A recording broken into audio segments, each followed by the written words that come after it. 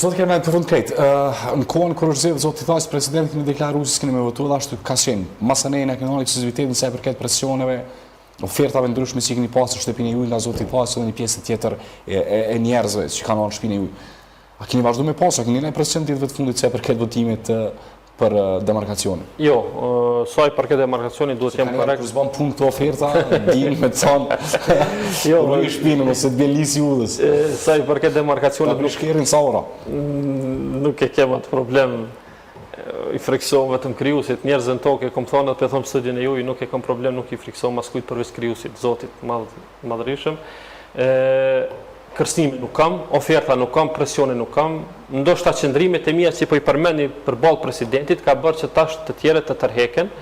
Dhe në anën tjetër jam deputet i parë Kuvend Kosovës që kam ngrit këtë temë. Le del dikur të thotë haptas, le të bëhet burr në mujt me mjosh për këtë temë demarkacionin. Jam i parë në Kuvend Kosovës.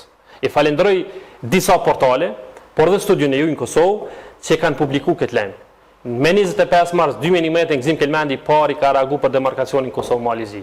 Kam reagu për gjendje faktike në terren, ku është mbi 5 km territorit të Republikës së Kosovës nga policia malazeze. Jam i pari dhe si deputet i pari në Kosovë, vështirë ka kush me mjosh.